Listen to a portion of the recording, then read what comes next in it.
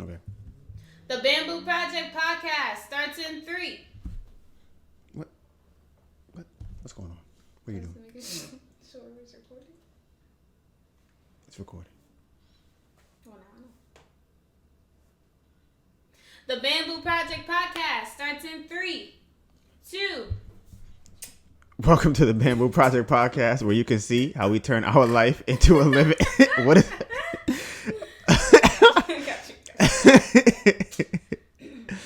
Oh, you slap your leg.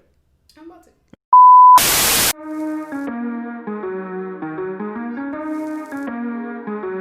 Clubhouse is starting to become like, oh wow, we on here, we gotta make money. We on here, we gotta make money. And I was like, yeah, I get the fact that people want to make money on it, but the more money that you want to make, the less it becomes about the people who actually want information. That strength comes from not the lack of feeling pain, but the ability to be able to endure pain.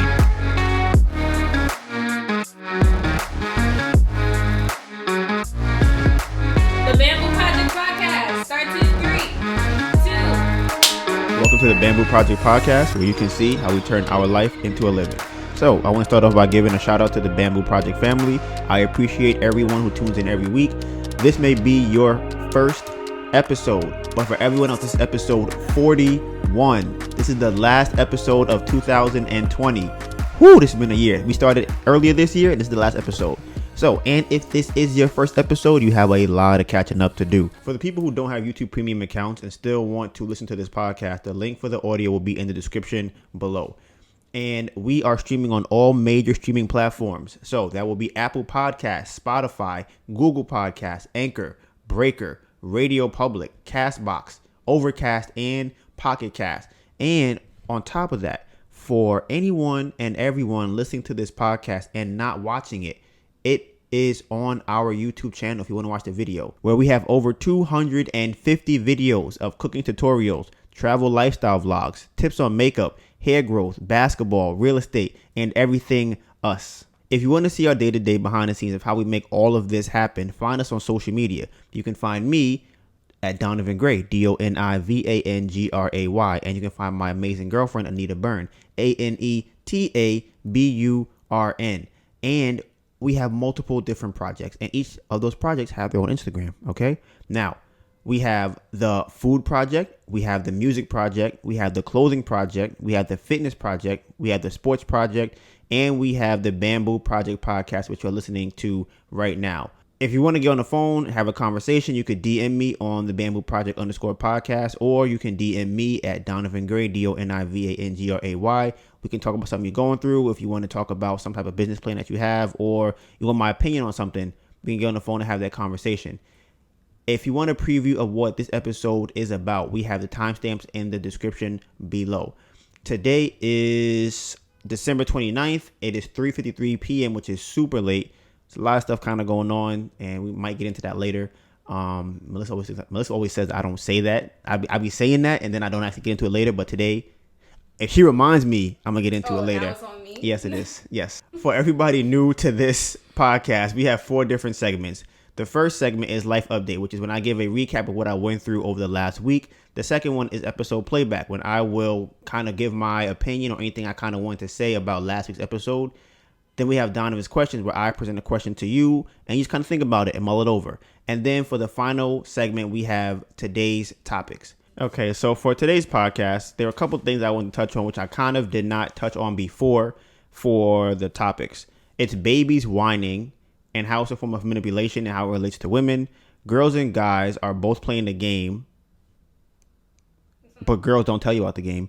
And some, moratorium, real estate related things, and is life. We'll get back to that later. So those are the 4 major topics. All right. What? Right. I did not say the last topic. Because I thought the last topic was going to be a question for Donovan's Questions, but I'm not sure if it is or not, because I kind of want to go over it as to why I think what I think. So when I decide what I'm going to do, then I'll kind of bring it up. It's probably going to end up being a topic instead of a question, though. What time are we at? Because that was drastic. We tried something new today for the podcast, and that was different. It was definitely different. You guys know that I have been a big fan of Clubhouse, and I've been a huge fan of Clubhouse. And I thought that it was a great idea at first. I thought that it had great potential and huge upside.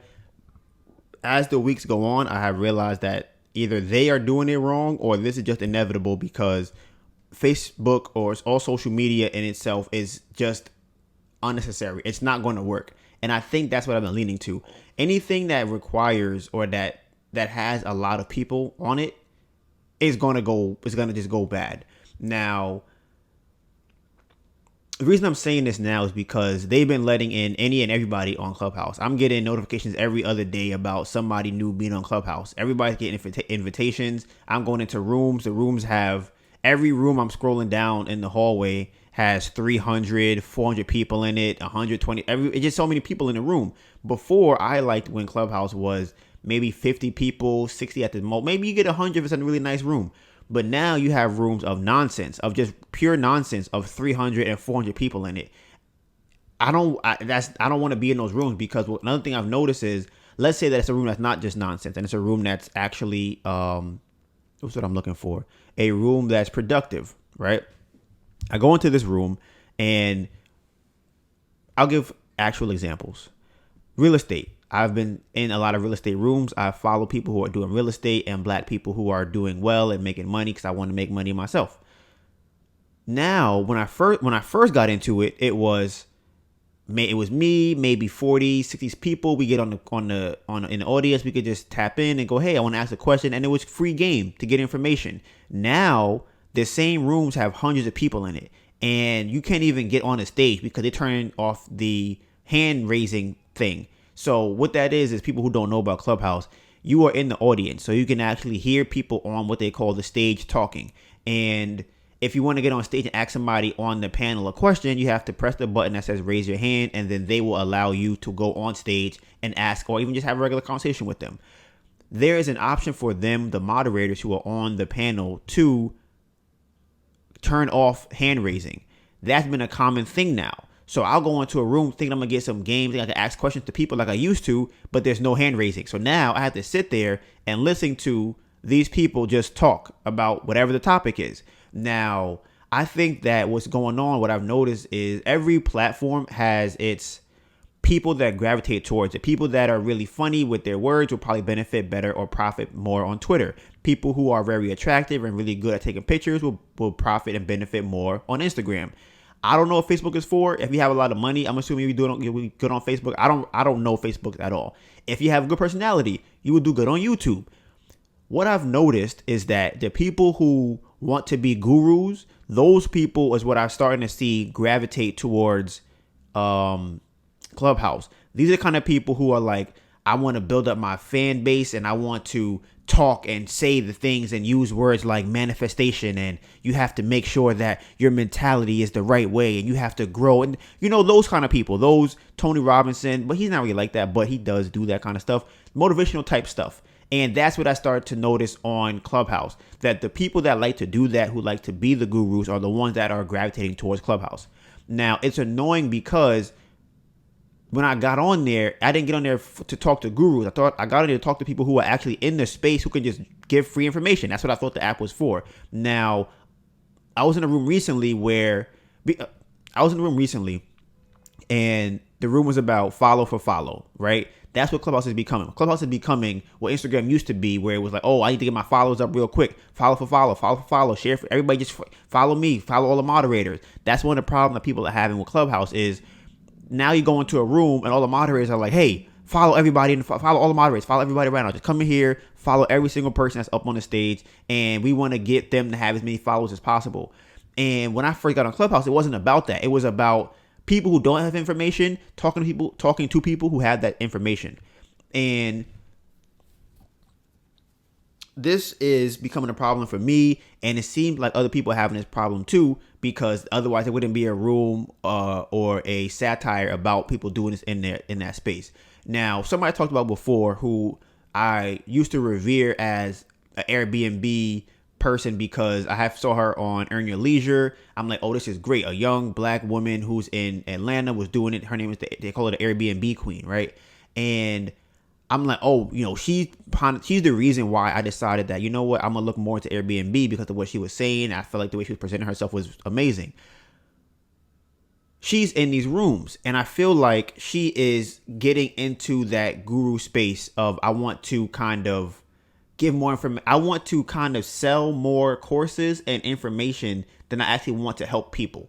And that becomes a dangerous space, because what happened with us, which really annoys me a lot, that ended up happening last week, is she had went on Instagram Live, and Melissa and I want to get an Airbnb, and we don't really know how to start the process because we want to get a luxury apartment or apartment in a luxury building. So we're like, who do we talk to? Because, if it's a homeowner or a home, you can kind of call up the landlord or whatever. But with a building like that, we don't know if we got to talk to an agent, we got to talk to the property manager.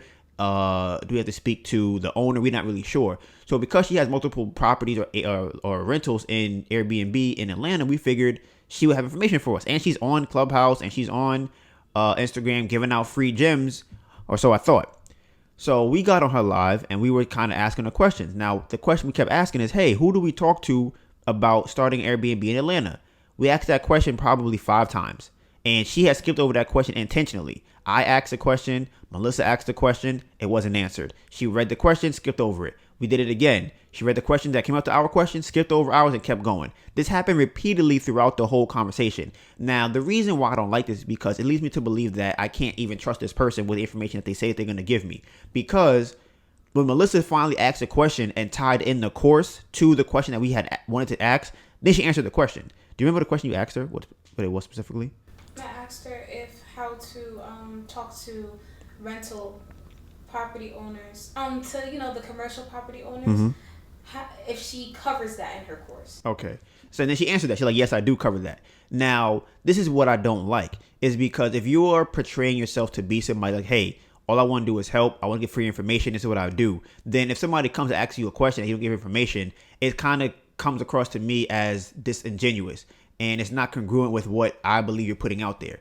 So this is somebody that's on Clubhouse a lot. They're doing these huge rooms where everybody's like, hey, follow the moderators. They're doing this for, 10, 15, 24 hours or whatever the case might be. And these rooms last for long periods of time, and they're kind of swapping out moderators. So, like I said, that turned me off a lot, because I'm like, dag, you're trying to sell your course as opposed to trying to help other people. And I feel like I just personally don't like that. Is it wrong to do? I don't think it's wrong. I just think that that's not how I go about what I try to do.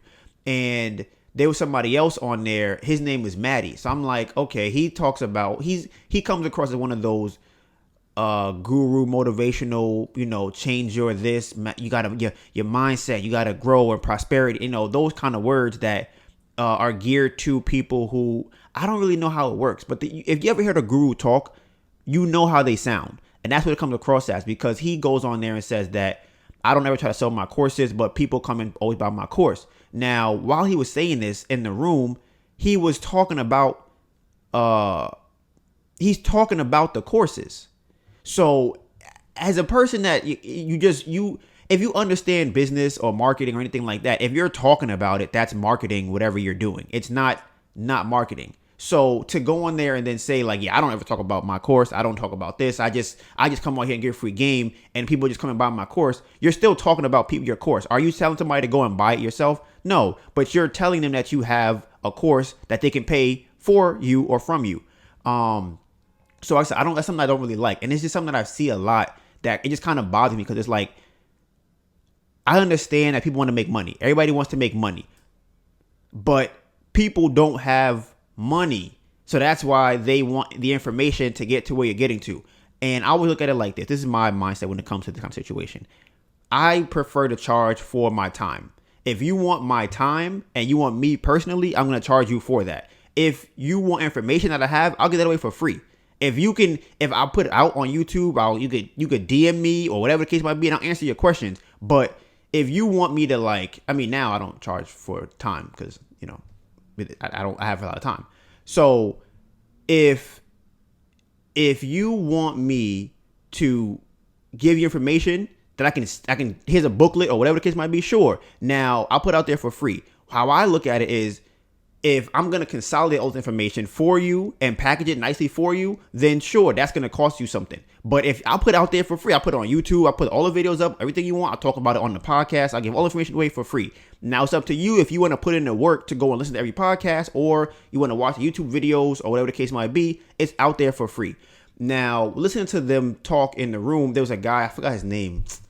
I feel like his name was, what was it, Chase? 'Cause I like what he was saying, where he's pretty much echoing what I'm saying right now, where it's like, if people fuck with you, then they're gonna follow you on these platforms. They don't have to. You don't have to tell everybody to follow you. People have been saying that, moderators will mute them or kick them out off the audience or off the panel because they don't follow them. And I'm like, is this room, or is this quote unquote space about people following you, or is it about you helping people and giving information out? And I think that Clubhouse is starting to become like, oh wow, we on here, we got to make money. We on here, we got to make money. And I was like, yeah, I get the fact that people want to make money on it, but the more money that you want to make, the less it becomes about the people who actually want information. Because now you're gonna try and figure out, how can I market my product? How can I maximize the amount of money that I make on here? Okay, if I come on here and only give a little bit of information and then tell them come to my course and sign up for it, then I make more money. And it's gonna, the more you try to maximize your dollars, the more that the less people are gonna be helped by that. But the more money you're gonna make. So that's kind of the reason I don't like the Clubhouse is going the direction it's going in. Now, on top of that, I think something happened with Meek Mill today on Clubhouse, or yesterday. And like I said, it's just so many people are coming on there. It's just getting to a point where I don't even go on Clubhouse anymore. Like I'll check in to see kind of like, okay, what's happening, what kind of rooms is up, but I don't go in the rooms. As opposed to when I first got on Clubhouse, I'll be in there for hours, 4 or 5 hours, into the 2 or 3 in the morning, listening to people talk, because it was just so much information to get, and it was more of a genuine conversation with people. Like it's 10, 15 people, maybe 45 people. Some people don't want to talk, they don't want to get on stage, but you can still have the ability to get on stage. Now it's 300 people. So now it's almost like a lottery to get on stage. You have to hope that they get you on stage, and you get to hope that you ask one question that it's the great question to ask, and they answer it, and they go, okay, you answered, you got the question out?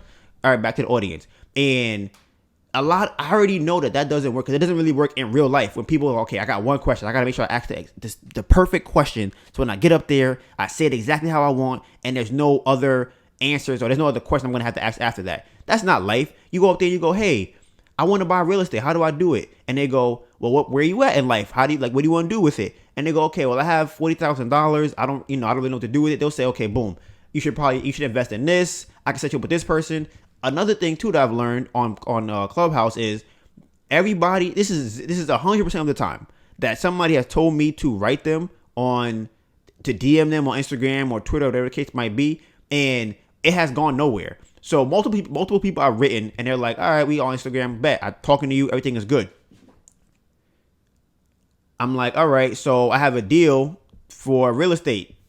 Can we do something with that? No response.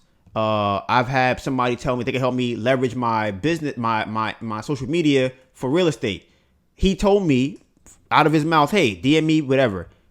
Read the message, never responded. So I'm just kind of like, okay, if this is happening over and over again, then it becomes an issue. Now, the same thing happened with Melissa. She had wrote somebody on there, Clubhouse. The person said, hey, you have a deal? I'll look at it. Melissa sent them the deal. The lady said, call her and text her. They tried, and then that was it. Melissa never got, the lady didn't even, I would prefer if somebody said that deal doesn't work for us and they don't respond. But to go through the process of asking me to send you a deal and then not saying anything, this happened at least 2 or 3 times. With the same person I'm talking about with Melissa, it happened with her. I sent the same person a deal, and Melissa sent the same person a deal. And both times, the person just stopped responding. And it's, like I said, it's just kind of annoying because, like I said, I feel like it's becoming more of a look at what I'm doing space on Clubhouse, as opposed to, hey, I want to actually help you. And like I said from before on that live, that leads me to believe that people are not actually giving information that's going to actually help you. They're giving you enough information so that you have to pay for them for the rest of it. And that's not what was being portrayed on Clubhouse originally. So it just becomes really annoying to kind of deal with that. I forgot that guy's name. He's this big dude. I feel like it was Chase Kong. It was a big light skinned dude with a beard. And I know his name had the name Instagram in it. I mean, his Instagram. I know his Instagram had the name Kong in it. I forgot the first part of it, but let's see if I find him, because like I said, I feel like he was saying exactly what I'm talking about right now. Oh, Kane Kong, that's his name. KaneKongg. And this is what I'm talking about. I'm gonna shout him out just based off of the fact that I like what he was saying. He didn't have to ask me, hey, follow my page. He didn't have to say to me or tell anybody, yo, I got this much. I'm doing crazy out here right now. He had to say any of that. He's like, yo, if y'all come out here and y'all just give away free game, people fuck with you, they're going to follow you. That's just what it is. But I feel like people come on Clubhouse, they'll say they say 2 or 3 things on Clubhouse and feel like, well, I gave away free information. Why is nobody following me? And it's like, well, one, they probably don't connect with you. That's number one. Or 2, what you told them didn't help them. Then, like, if I'm going to somebody and I'm like, every time I hear you talk, you help me get further what I'm trying to get to, I'm going to follow you because I'm like, damn, I'm at point A, I'm at step A, and you got me to step B, C, D, E, F, G. I'm going to follow. I need to know how do I get to Z. I need to keep following you. But if you come on Clubhouse and say, all right, if you want to get into real estate, start an LLC. What do I do after that?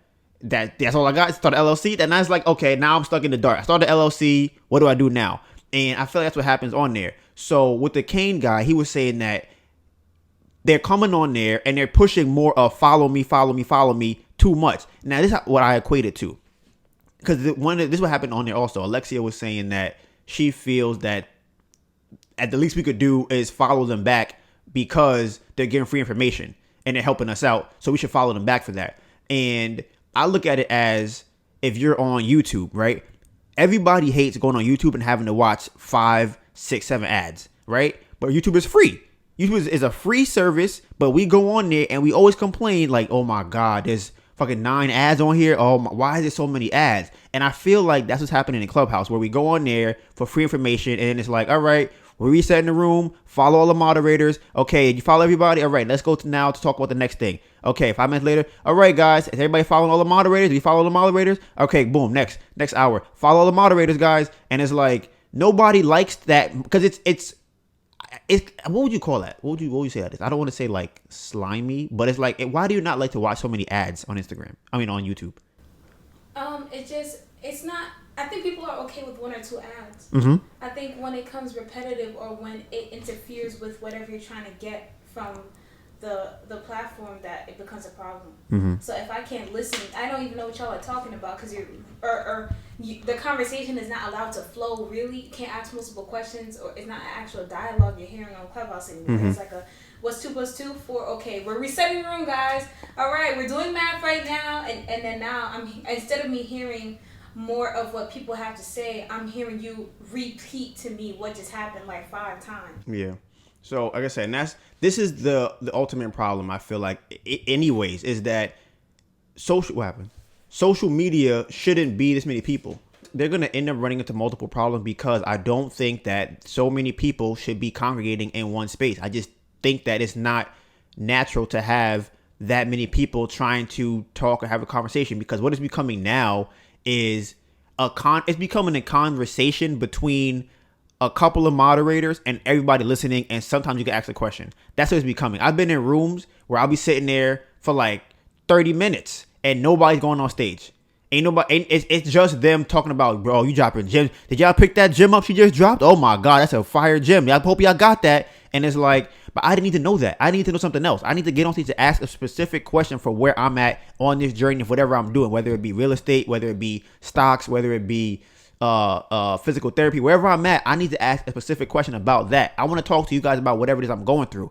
And this is why I keep saying that it's a problem to have that many people in one area at a time, because it's just not going to happen where you have 400 people in a room and we all have questions to ask and it's 8 moderators. That's going to take forever to answer those questions. It's just that's what's going to happen.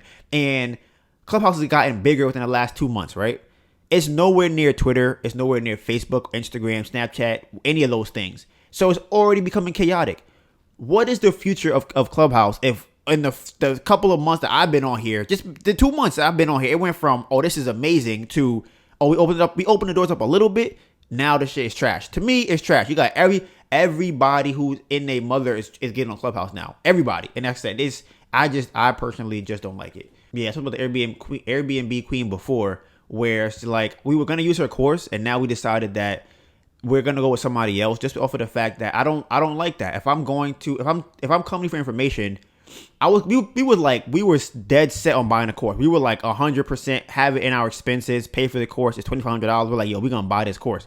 Now it's kind of like, if I get the course, spend my money, I don't even know if I'm gonna get what I need from the course now. I can't trust that you're gonna put in the course what I need. It's just, maybe it is, I don't know, but now the trust is gone. So I'm like, yeah, I'm good on that. And then, like I said, on how she responded to the person saying that the moderators are telling everybody to follow them. I didn't like her response to that. So me, I'm just kind of like, I'm kind of done on that. So that's kind of what happened over the last week. Melissa and I went to her mother's house, and I don't know, people who are still listening or who know from, weeks and weeks ago, were they here for that? No, we didn't start the podcast yet. So there was a big issue when I went to Melissa's house the first time, because that was the time where the first time her parents ever saw me is when they found out she was moving out of the house. Moving out of the house into this apartment with you. Yeah. So that was the first time, and that's when they jumped me, right? I was in the house, and it was first her mom was there, her grandmother was there, her two brothers, they're younger, so it was cool. Then like an aunt came, then another aunt came, then another aunt came, then it was a uncle came, and I think another uncle came. They brought their kids. Then who was the other one? I think another uncle, a step uncle might have. It was, all I know is by the end of the night, it was me and like 9 people, and they're all trying to interrogate me as to why do I think this is a good idea? Why do I think I can do this? Why is she moving out? Do I think that she's ready to do this? So that was the last time I went to Melissa's parents' house. So it's been a while. They wanted me to come back. I'm like, nah, because the way I felt like they were treating Melissa, I wasn't really a fan of it. So I'm like, nah, I'm cool on that. So Melissa just informed me that she still wants to do the course. So, I mean, like I said, me personally, I'm not a fan of it. I actually supposed to get a call today from another course that we talked about. They said that you have to qualify for the course. So we're going to see what that's about. I think it's Airbnb Automated. That's what their name is. So yeah, that's where we're kind of at with the Airbnb thing. I'm gonna come back to that. Yeah, I'm gonna come back to that. I was talking about Melissa's parents jumping me and her family jumping me at her house. So I haven't been there since then. So we went back over there, and I think everything was good. Now, funny enough, I come back again for them to find out that Melissa is going to Atlanta, and that we're moving to Atlanta. So the both times they've met me, we've been moving to a different city or a different place, and now a different state. So they didn't bring it up really when we was there. Maybe once they might have asked a question about it, and everything more or less seemed fine. It was cool. I enjoyed the time. Her little brother was talking about stocks. The food tasted good. I don't know if it was good for me. It was mac and cheese, and it was fritters and things like that. Some oxtail and jerk chicken. So the food tasted amazing. Like, it tasted phenomenal. But we realized that we have to definitely change our diet back, because the repercussions that we're going through right now are very damaging. Melissa, like I told you last time, I don't know if I said it on the podcast before, but her last period, she was throwing up. She was diarrhea. It was just, she was cramps, slept for the whole day. She just couldn't move. She was tired before a period even came. I think after it was just a lot.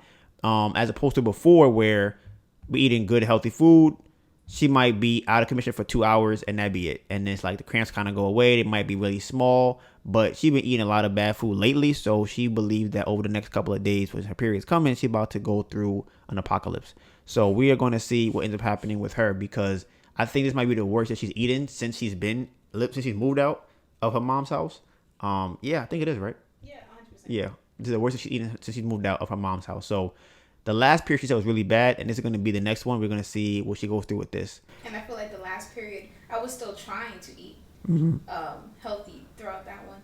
This one, we've gone full blown. I think we only have one healthy meal a day, and that's amaranth in the morning. That's it. So, yeah, it's an issue. It's definitely an issue, and we're trying to get back to it. So because Melissa has changed her role in wholesaling, she will have more time to kind of cook better food and things like that. So hopefully we can get to eating better. And because we're moving, and we kind of have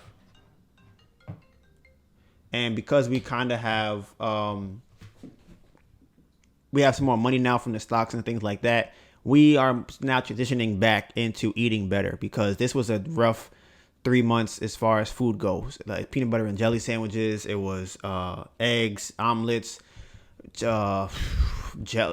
sausages, everything. Chicken. It was calamari from the store. It was just so much. Chicken nuggets. Sweet potato fries. All the stuff that. Chips. Chips Ahoy. Tostitos.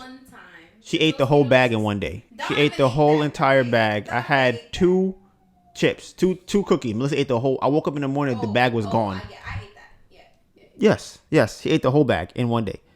Right? So Then we have the chip dip that you put with the what's it those Tostitos? Yeah, we had that. So it's like I said, we've went completely off the rails, and I guess as a guy, I don't really have as much issues that I've noticed. Like I said, I definitely sleep more, which is terrible. I hate the fact that now I keep falling asleep. Melissa sleeps like 3 times a day now, so she be just knocked out all the time, taking 3 naps. So, and her period, I don't have a period, so I don't really have to deal with that kind of stuff. So I'm more or less fine for the most part, other than falling asleep. I do think. This is why people drink so much coffee to counteract the food. Yep, so it's crazy. I do think my beard has maybe dried out a little bit more because I'm not eating the food. Maybe I'm not hydrating as much. But we still mostly drink water. We don't even have burdock root tea in the house no more. I don't even know. Well, I don't listen. It's rough. This is not. I hate this. I hate this diet. I hate eating anything that's not alkaline, electric food. It could be a placebo effect, but I just believe I feel like this is not it. Like I can feel it. I feel like I can tell a difference with my body. It's how I feel moving. I don't like it. So I'm trying to think what else I went through last week. And this is the kind of theory I had too about, now since we're talking about the food situation, I'm wondering if the reason why the restaurants are still closed the way that they are is because people who are unhealthy tend to struggle the most with the situation, the coronavirus. So I'm like, I was listening to a Joe Rogan clip the other day, and he had a guy on there who's a restaurant owner. He was like, why is it that you can take a plane across the state, across the country, go stay at an Airbnb, go to the mall, buy stuff from the mall, go to events, but you can't go and eat inside of a restaurant? Like, why is it that all of these things are okay to do except for eat inside of a restaurant? And he was saying that the mayor of California doesn't even have, maybe it's the governor, doesn't even have actual reasons as to why they shouldn't do it. But they keep banning it. They're saying we have to close everything out by 8 o'clock, 9 o'clock, 10 o'clock. Nobody should go inside dining. And for me, which one is still open? You can still go to McDonald's to the drive-thru. You can still go to Burger King and Popeyes and Wendy's and things like that and still eat all of that food. They don't have no problem with anything. I don't even know if they close those at all for the 10 p.m. whatever they be having. Or you can use DoorDash to get those foods. So I'm just kind of like, it is, and they have the pocket and the money to be able to afford to take that loss, as opposed to the regular, either mom and pop or even a person that only had maybe 3 or 4 restaurants. It's not the same thing as a person like McDonald's who has fucking billions of dollars to, last out a couple of months, even a year of not making that much money. I think it's crazy that they close the restaurants but have everything else still open. Like I said, I just think, I'm a very conspiracy theory kind of guy. I like to go, that don't make sense. A lot of things just don't be making sense to me. And if it don't make sense, I'm like, I'm gonna look more into this. So it's something I've seen this week. I was just like, that makes a lot of sense. The fact that they closing restaurants that are healthier than if you go to Popeyes, McDonald's, and Burger King. But if you want to get an actual steak that's cooked by a professional chef who went to school for that, as opposed to the person who, is 17 years old working at the drive-thru who just flipped a patty and put it on the thing, that's who you think is going to make the food better? Who you think is going to have a healthier meal for you? It's not going to be the 17-year-old who's never even been to culinary school. It's not going to happen. So the last thing for life update is I want to talk about our New Year's goals, because this will be the last podcast of 2020.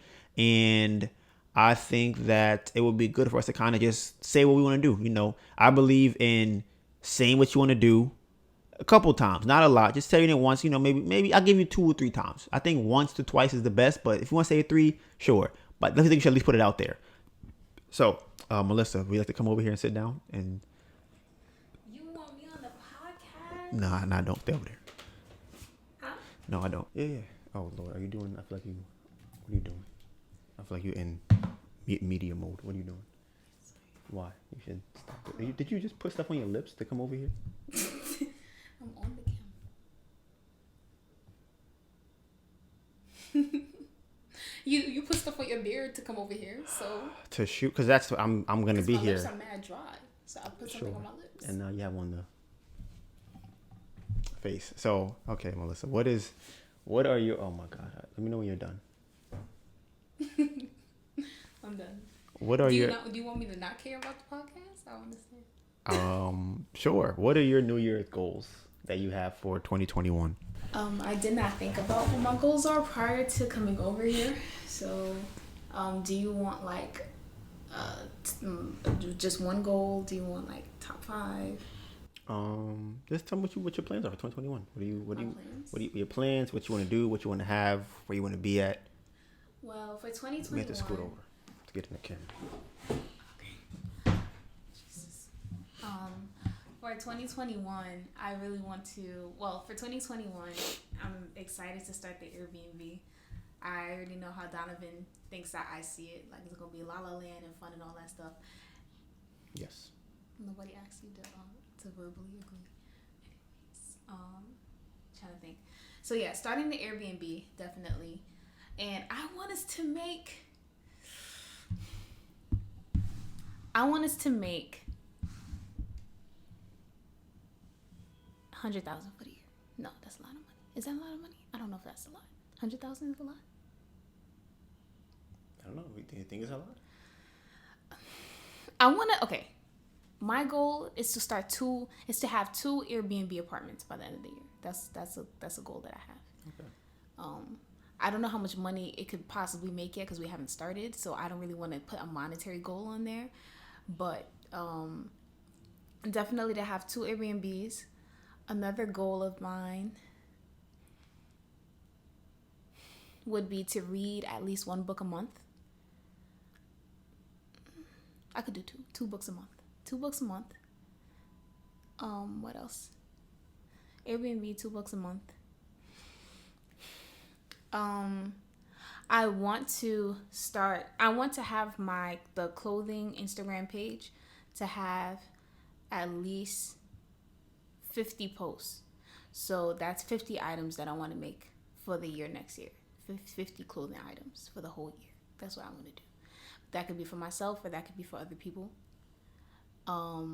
What's another thing that I want to do? Stick to the diet heavily. I think that's pretty much.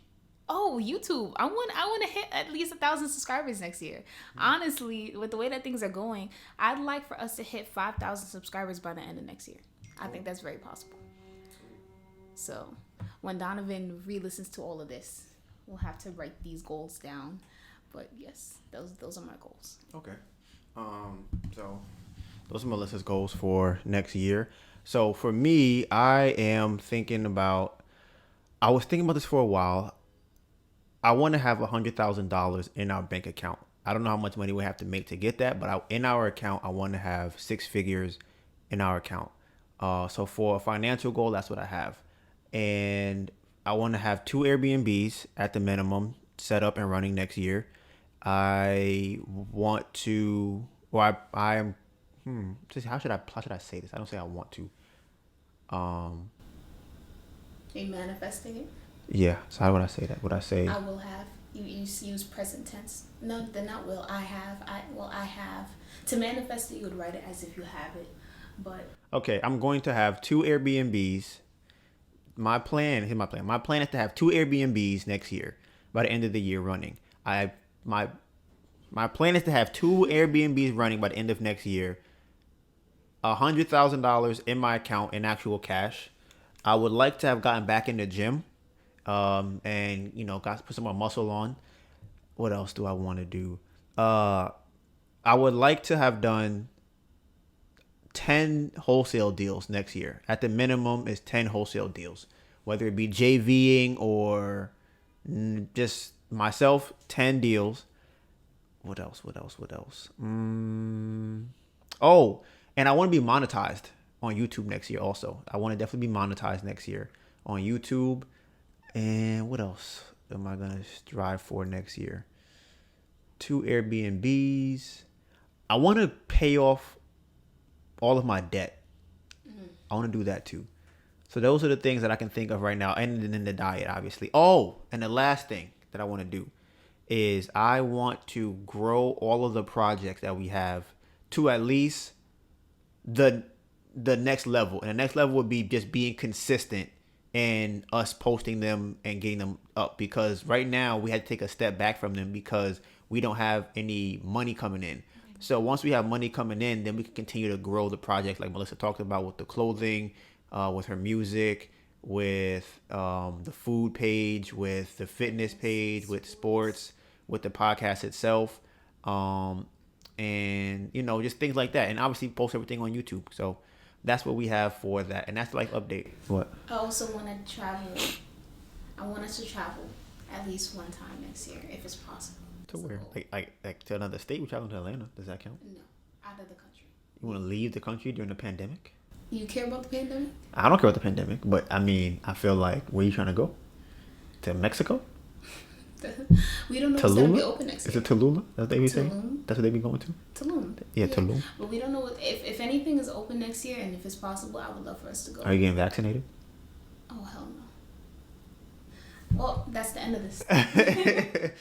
So that's what we put out. So we putting out there for the last episode of this or the last episode this year. That's our plan. I might put it at the end maybe. Nah, I'll put it right there. So how much time? What are we at? We are at. Look right up. Look kind of. Where we at? 41. That's a long time. That's a lot. I didn't even be that far in. But either way. So, all right. Now, episode playback. Last week's episode, I had my cousin, episode 40, Hadassah, was on the podcast. She is a black woman who is a lawyer. She is 24 years old. She is not a lawyer. She's in law school. And we talked about a couple of things, mainly black women talking to black men who are, black successful women talking to black men. We talked about women or single mothers sexualizing their children. And we also talked about just the poverty mindset of people that are born here and people who are not born here, and kind of the privilege that kind of comes with being born in America that other people don't get to experience. That was last week's episode. So I just kind of want to go over, obviously, what I felt about that episode. I definitely think my intro had good energy, so that was good. I talked about that before. I want to kind of have more energy when I talk on or do my intros. I think the audio could have been better with her, so I'm thinking maybe we may have to go to doing 2 mics probably. But I also think that it would be better if we had 2 headphones also, because then we'd be able to hear each other and we can hear how we both sound. So I think that would be good. So I think I want to look into doing that. And somebody had left a comment on YouTube about the podcast, so I kind of want to just go over that too. They had said, let me see if we have 284 here. Let me see. Nope, 283. Somebody had commented and said, your cousin is just like the rest of them, sad face. So I'm assuming he's talking about the black women who are strong. He's saying that she's just like the rest of them. Now, here's what I want to talk about. I kind of want to make this short. It's kind of tie into that. I was speaking really fast on the podcast, I noticed, right? And I always say that one of the reasons I feel like I speak fast is because I'm trying to get my words out so the other person can hear me. That's one reason. And I also think that when I get excited, I talk really fast. So when I listen to the podcast, I had to figure out, okay, why am I talking so fast? I feel like I'm talking really fast when I was talking to her. Now, another thing I noticed is that she was cutting me off when we were talking. And I never noticed this before until that day. But I think that people who are anxious, I think that comes from a lack of self-control. I think that ability to not control a situation makes somebody anxious. And I think that when she was on the podcast, I don't know if she was anxious about the topics or she was anxious about being on the podcast or whatever the case might be. But I feel like she was, if I was saying something that she didn't necessarily agree with, she wanted to kind of get out really quick. Like it was almost as if it was an attack on her. So because I believe that she felt like it might have been an attack towards her, she might have wanted to defend it very quickly. And I've always said before that I don't think that alpha male is a good trait to have. I also don't think that it works for alpha females either. I think it's the same situation. And something similar to what the guy was talking about in that comment is he said they're all the same. Because what I've noticed the most is that the people who quote or who come across as alpha type people or who are very loud and things like that are usually people who are very insecure. And that's because they are using that as a front to hide and to protect their insecurity. Now, I always look at it like this too. Somebody who wants to be an alpha, whatever the case might be, is on the inside is very, very soft. And by soft, I don't mean like doesn't want to fight or, pussy or anything like that. I mean that they're just vulnerable and they don't want to expose their vulnerability. So they want to hide it. But I don't believe that is what makes somebody a confident person or what makes somebody a strong person. I think that strength comes from not the lack of feeling pain, but the ability to be able to endure pain. And I think that's what actual strength is. But alpha type people want to not feel any pain at all. So they try to stop any type of attack on them immediately, as opposed to listening to what's going on or accepting, hey, I was wrong. And yeah, it does hurt to be wrong, but I was wrong. They'd rather be right and not feel the pain of being wrong than actually admitting to something that they said or did was wrong. So this is something that, I've kind of noticed. I didn't notice this until that day with her about that. And this goes for a lot of other women in that situation, because what I've realized about women and people who talk to a lot of women or guys who deal with stronger women who have better jobs, who are educated and things like that, they'll notice that the way that they act with other people, they don't act like that inside the house with them. They don't do those things. And I think that is because they just act very different than what they portray themselves to be. And for me, I don't really understand or think that it's necessary to portray yourself to be different. I think that as a human being, you should be able to defend yourself you should be able to defend yourself from being pushed back, but you also should not encroach on somebody else's opinion or encroach on somebody else's whatever thoughts or whatever the case might be, their space. You want to just go, okay, I hear what you're saying and I'm listening to it. That's what you're saying. Okay, I disagree with what you're saying, as opposed to not letting the other person finish talking because you're like, no, you can't say that. No, that's not the case. You can't, no, you don't do that. Don't do that. I think that when people start doing that, it's because they feel like, no, I want to attack before I am getting attacked. And it's just, like I said, it's just something that I've noticed mostly with alpha type people. That's kind of the thing that happens. So another thing that comes up with speaking for alpha women another thing speaking for alpha women specifically is that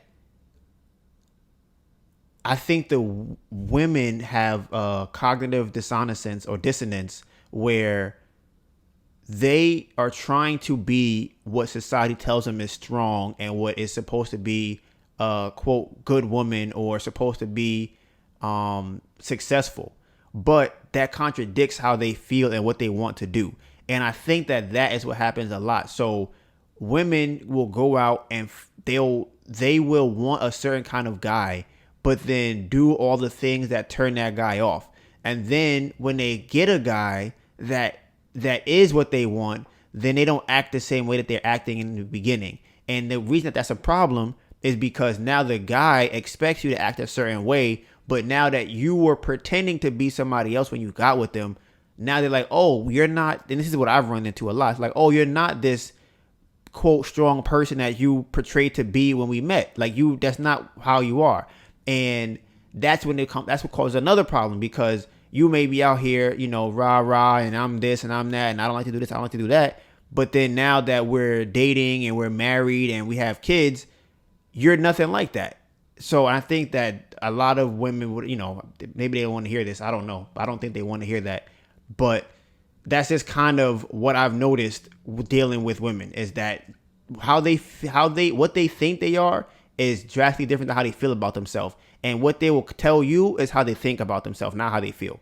So that is my words for episode playback. And then Donovan's questions, I don't have any today. And what I was going to bring up for Donovan's questions is life really better than death? So I was contemplating this question before, because people tell us that life is very precious and it's very important and we should cherish it and things like that. But I like to think of things outside of what everybody tells me. So if there's a God, I would think about, okay, who created God? Where did God come from? Why do we call him God? Why is God backwards dog? Is dog God? Like, I like to just think about all these things. I just question all of the things that come up just because I like to do that. So when it comes to somebody saying that life is better than death, I want to ask why. Because life is very short, right? So my theory, or my conspiracy theory, is that, all right, so I'm gonna break this down because it's gonna be kind of deep, right? Okay. The most power that you have in any situation is to remove yourself from it.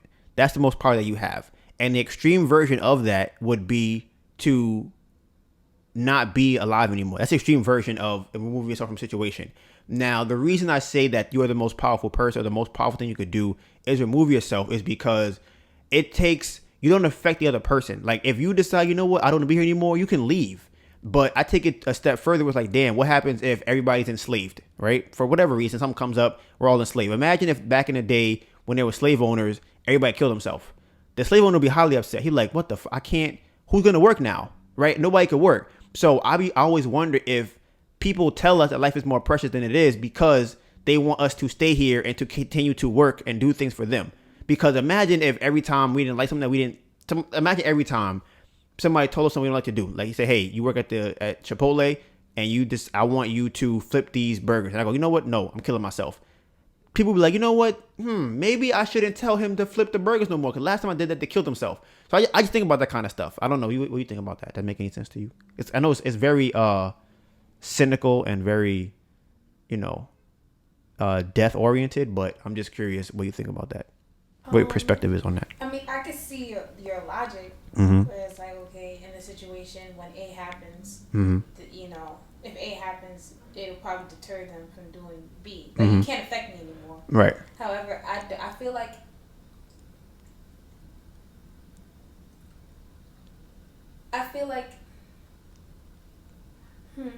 it's kind of hard because I feel like enduring it has strength too. Mm-hmm. Not necessarily to endure it, but to take control of your situation. But mm-hmm. I understand that you're saying to take control of the situation. I mean, that's one way of taking the control of the situation. Mm-hmm. There's other options.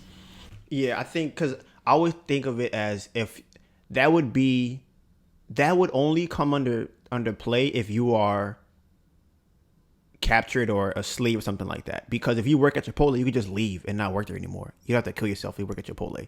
You could just be like, you know what? I'm done. I'm going. I quit. What situation? So those would be the only situations in life you feel like that would constitute, like the answer would then be to. Yeah. Because I'm like, but I think about it on a situation, or I think about it like, people always upset about who's running the world and how they run it, right? And I'm like, if we decided, you know what, we're just gonna leave, that would change the conversation. If people like, I don't want, like, okay, for example, people don't like how money works.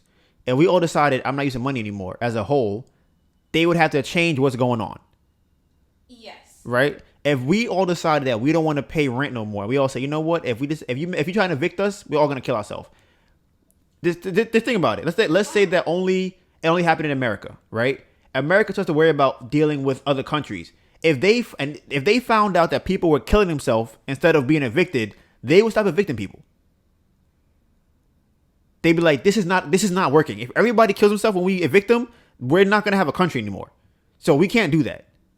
And that's why I'm always thinking, like, okay, do they tell us that life is important so that we can continue to make it work for them? Because if I was to die, right, I don't gotta deal with no more issues. That's it. Whatever, you can't control me after I'm not here. You can't make me do anything when I'm not here at all.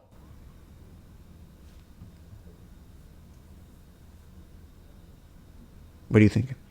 Yeah, what you're saying is true, but my anxiety is like just. Why? Because I'm like, my brain goes to what if somebody watches this and be like, you know what? He's facts. I'm gonna kill myself right now. Yeah, I was thinking about that too. So I'm like. And the thing. Oh, turn the light on too. The thing that, and it's funny because it's getting dark, so now it's gonna be less light while I'm saying this creepy shit. Do not do this to yourself. I'm not saying to do this. I'm not saying to do this at all. I'm presenting a theory which I know some people will take as a whatever. Only if you are enslaved and you can enslavement is the only time I'm even thinking about this. As if, damn, everybody becomes enslaved. Because I think it was in Roots where they said that death is better than bondage. So the extreme version of that is death. That's the extreme version of leaving a situation.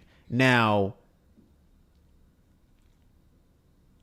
I think that people who are listening to this should take it as the lighter version of that. If you're in a relationship and you don't like it anymore, kill a relationship. Leave. Stop dealing with that person. Just kill it. And you can't, once you kill it, it'll come back to life. That's it. The relationship. The relationship. Not the person. Not the person. Kill the relationship. Not the person. Yes, I'm saying. If you, not the person in the relationship, you kill the relationship by leaving it. And people don't understand this enough that you're in bondage with a lot of things that you don't have to be in bondage with. If you think about people who are homeless, a lot of them are like, yo, before I was homeless, I had to deal with rent. I had to deal with keeping up the house. I had to deal with going to this job. I had to do all these things. I don't have that bondage anymore. I'm free to walk around on the street and do whatever I feel like doing. And all I'm saying is I was just curious, is life really better than death? Because I don't know what death is. We all know what life is like. And honestly, for the most people, it sucks. For the majority of people, life is terrible. For the majority of people. So I'm wondering, like, damn, what would happen if there was no life? But I'm going to stop talking about this because I feel like somebody at some point is going to take this and be like, yes, Donovan told me, and that's why. And that's not what I'm saying. I'm just having a conversation with the intellectual people who can then process deep thought and leave it alone. That's what I'm thinking about. So speaking of more death, moratorium. Well, I'm wondering if moratorium is going to fall on the banks as like a domino effect, because we all know that the Federal Reserve, if you don't know, they create money out of nothing, right? It's just thin air, money, poof, is there. Now, if we are paying, let's say right now we haven't paid rent in a few months, right? And the owner of this building probably has a mortgage. I doubt they pay for this house cash. So if they had to take a mortgage out to build this property, they got a loan. So who owns the loan? The banks. The banks own the loans. But now, if the banks default on their loan, who are they borrowing that money from? They're borrowing that money from the government. And who is the government borrowing that money from? The Federal Reserve. So if it's a domino effect and I don't pay my rent, right? And the owner doesn't pay their mortgage, and the bank doesn't pay their loan, and the Federal Reserve and the government doesn't pay off all of our expenses with taxes, the Federal Reserve would print more money. So that's my theory as to why I think that at some point in time, they're going to end up just bailing out all of the real estate market again with the situation that's happening right now, where they're going to just create some more money. And I think what they're doing right now, I think that they are, they're just trying to smallen the amount of people or lessen the amount of people that owe money. So when they finally do pay for all of the debt, it's a lot smaller as opposed to what it is now. Because if they keep changing the criteria, like, okay, you had to have, before it was like, if you were scared of COVID, don't go to work. Now I think it's going to be like, if you had COVID, you don't have to pay your rent. Then it'll be like, if you were sick and have a doctor's note from COVID, you don't have to pay your rent. Then it's like, okay, if you were sick and you had COVID and you're scared of COVID and you got a doctor's note and you lost a family member, you don't have to pay. And they're going to keep doing that. And then when they keep doing that, it'll keep getting smaller and smaller of the amount of people that actually are free from paying their rent. And I think that's what they're trying to do. So I think they moved the moratorium again. I'm in New York. They moved it again to, I think, either May or 55 days from January 1st. So that's either like sometime in February or sometime in May. I don't know. And that's kind of what they're doing there. I just be thinking about that, like, what's going to happen if nobody pays their rent? And now you're going to be crazy. Like, can they evict everybody in the country? They can't do that. Like, I can't see how they would. That would be some wild, what do they call those movies? Dystopia. Yeah, it'd be some crazy dystopian thing where everybody's like, yeah, I got evicted, bro. And we all in the parks, just sleeping in the parks together. It would be mayhem. So they can't do that. Like, my brain just said there's no way that they have the ability. There is no way that they would evict millions of people at the same time. That's just wild. Now, the last two things I want to touch on was babies whining and girls and guys. Right? I'm gonna go with the girls and guys are both playing a game. Oh, that's good. That's good timing. So, with the girls and guys situation, right? I said that girls and guys are both playing a game. The problem is girls never tell you that they're playing. So I came up with this thought from a tweet that was it a tweet I looked at? It might have been a tweet. But the main purpose of this comment is that I feel like guys will tell girls the game all the time. Whether it be a male friend, your boyfriend, whatever the case might be. I don't think it's often that a girl comes up to a guy, whether she's dating or not, and gives away the game. Like, oh, this girl is trying to fuck because she did this, or she did that, or she did this. I don't think we know. I don't know if that's true. I don't know.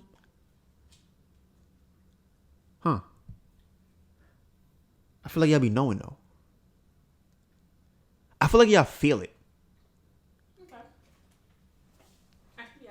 I feel like y'all that's probably what. Maybe I just feel it. But all I know is that girls, whenever I talk to a girl about what game is, they never know. They never know, like, how other girls try to manipulate the guy to get pussy. All they know is like, oh, this girl hugged my man. Yeah. They go, this girl hugged my man. She trying to fuck him. That's all they like. That's like, it's a base level stuff. They don't know, like the other day we talked about with your friend where the dude was like A-mogging her on the phone, but then her response to him, if she did respond, was her trying to fuck him. So it's kind of like, she's not going to tell nobody that though. All we know is that we're having an emotional response. Uh-huh. That's it. So it's like, girl, why you mad? Oh, you mad? If you mad like that, it's because you like him or blah, blah, blah. We recognize the emotions or the feelings. Uh-huh. But while it's actually happening, especially to yourself, sometimes you can't even recognize that. You just feel the emotion. Does that make sense? Yeah. Like I said, yeah, I'm listening. I think with guys, y'all are way more intentional with your stuff than females are. Yeah. I could see that. And that makes a lot of sense. I just don't remember if that's what I was talking about. But the last thing I'm going to say, because I'm not going to make this long, this part, is that that whining is a form of manipulation and that it carries over from children. And I think that anybody that has children will know what I'm talking about. When a baby whines and they get what they want out of whining, that carries up to them being an adult. And I think that's why whining is so annoying to anybody that hears it, is because we know that it's still a form of manipulation. And that's why I don't think anybody wants to hear somebody else whine. And it all sounds the same. It's a certain frequency that you hear of a baby whining or a person whining where you're like, yo, why are you doing that? And it's like, it's that. Because that's what babies do. And that's because babies know that if I do this, I'm going to get X, Y, and Z. And for some reason, it works. So when people get older, they do the same thing. And I just kind of wanted to say that because I had put it on here to talk about before, but that is why I think that whining is so annoying to people. Is because nobody likes to be controlled.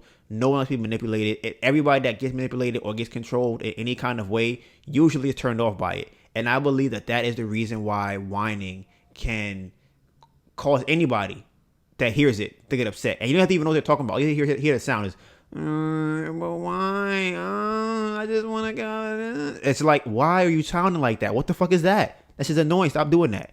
So that will wrap up this week's episode of the Pocket. Can you scroll down, Melissa? So consultations. We are doing consultations. Sir, we are recording the podcast right now. We are doing consultations. You can DM me to get on the phone at DonivanGray. That's on Instagram and Twitter, or the Bamboo Project _podcast. If you have a topic you want us to discuss or something that we said that you want us to dig deeper into, DM me. We can get on that. We are also welcoming guests. We shoot between 10 and 12 on Tuesdays. Today's a little bit later, and I got it. I told you, Melissa wasn't going to remind me. So she tried to tell me that it was my fault, that I be saying that, I'm going to bring it up later, and I don't. And I told her to say it to remind me, and she didn't, so I'm putting it on her. If you haven't already, go check out our social medias. DonivanGray, DonivanGray, and AnetaBurn, AnetaBurn. We have multiple different projects. We have the food project. We have the clothing project. We have the music project. We have the fitness project. We have the sports project. And we have the Bamboo Project podcast, which you are listening to right now. Bamboo Project out.